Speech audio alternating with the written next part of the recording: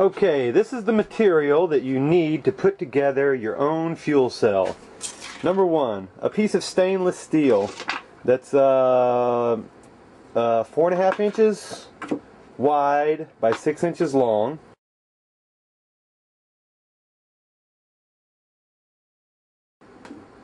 You need a piece of 2-inch ABS pipe that you cut in one piece, cut it 2 3/4 inches. The next piece, cut it 4.5 inches long. You need a 2-inch ABS cap, a 2-inch ABS male adapter, a 2-inch ABS female adapter, and a 2-inch, they call it a street something. Anyway, you need 2 of these caps. Then you need some high temperature sealant, gasket sealant, an epoxy glue, a 5/8 by 3/8 hose. You need a 10 amp wire. You need a heavy duty fuse holder like this. You also need a 3/8 by 1/2 nylon hose barb, a 1/4 by a 3/8 by 1/4 hose barb, and they come in these packages. You need some Teflon tape. This is the pink, which is really thick. It's really nice. You can get the white Teflon tape. You need some. These washers work great. These are faucet repair washers, and they are 1/2 flat faucet washers. They look something like this. They're tough, and it's just what you need. And you need to drill it for the 5/16. This will fit on the 1/4 inch bolt. You need a couple of these electric pieces like that. But anyway, other tools you'll need is a 1/2 inch pipe tap. These are expensive. 1/4 inch pipe tap. These are other materials you would need. You would need 1.5 inch stainless steel fender washers, and they look like this.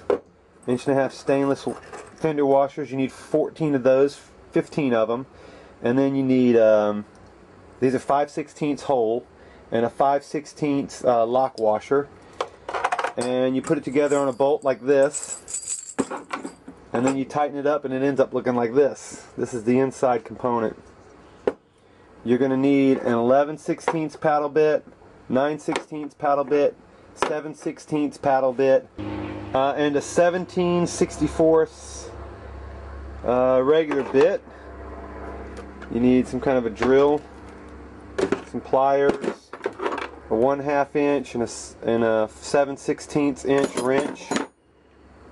Alright, this is what I'm going to show you how you can build right here.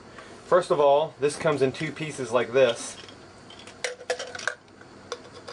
And anyway, the inside of this is, it has this tin metal in it. It has this, it's a 1/4 inch, it's a 1/4 inch bolt with a washer, a 1/4 inch rubber washer, 1/4 inch steel washer, a nut, and a wing nut. Anyway, that's what that is right there. You see that? And then on the inside, what we've done is we've taken this, and it goes on the inside like that. Anyway, you drill a hole, and you connect all this.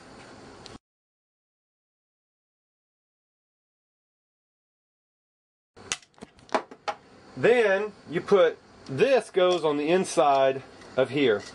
And what you do is you put your 2 3/4 inch piece together with the 2-inch pipe, but first you got to drill a hole in the back so that you can put this piece in. And then you screw this in, and the hole that you use on the back side of this is 17/64. That's the drill bit you use to put this in.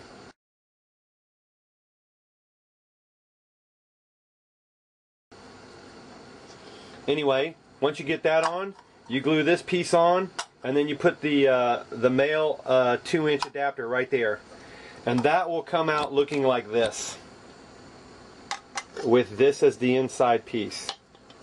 So anyway, that goes inside of there. That's how you assemble this piece. Okay, this is how your one piece should look when you're complete with it.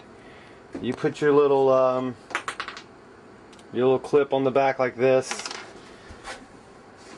and you connect this to the other side of the wire, and that's just a connection piece, so you can connect your negative. You connect your negative to this part. This is where you'll connect your positive battery terminal to this, but make sure that you put a fuse in the line before you get to the positive. Make sure there's a fuse in there, and you make it a 15 amp fuse connecting to this in the positive part of your battery. After putting this inside, this is how it will look in here once the thing's connected. That's the main operating system where the electrolysis takes place. Now, here's how we're going to put this next piece together. This next piece is easy. You drill, oh, I forgot to tell you on this other piece. To drill the hole on this back part, you use a 17/64 drill bit, and to drill the piece up here, you use a 17/64 drill bit, so you can and you drill it through the metal and the plastic so that you can get the hole aligned for your metal piece that goes inside this metal piece. Now on this one, you will drill a you use an 11/16 paddle bit to drill the hole in top. Then once you drill that, to make the thread, you use your 1/2-inch pipe threader that you can buy at a plumbing store. 1/2-inch pipe threader. Now, to drill the holes for these pieces here, you will use a 7/16 drill bit, drill through, and then you use your 1/4-inch pipe tap to tap the holes in there. And that's what you use for your 1/4-inch by 3/8 tap right there. To assemble this piece right here, you put a 4.5-inch pipe, put a cap on one end, connect it to your street valve, and then connect that street to your 2-inch female, and then this will eventually connect to this, which makes the whole unit like that. And with these tools and those pieces, you can end up making your own fuel cell. The gas comes out of this section right here. You feed it through a hose like this, and then you feed this hose into your carburetor. That is your machine. I also want to remind you, along with the power tube, you should have a vapor catcher, which could be a simple 2-inch pipe configuration like this with a couple of hose barbs coming from either the top or the bottom, it doesn't matter.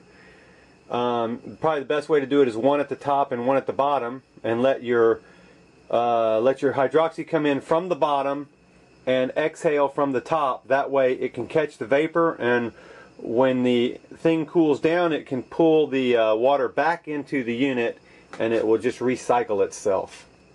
A complete power tube assembly includes the electrolyzer, the vapor catcher, and the electronic components unit. What you will need after purchasing this will be, make sure you have plenty of pipe tape. You'll need to buy some hose, depending on how much hose you need. You might need 3 feet, you might need 6 feet. It's very inexpensive at your local hardware store. Just get a 3/8 hose. And you will need some 10 gauge wire. And that also is subject to how far that your unit is placed away from your batteries. All of your electronic connecting pieces will be included, so you don't have to worry about that.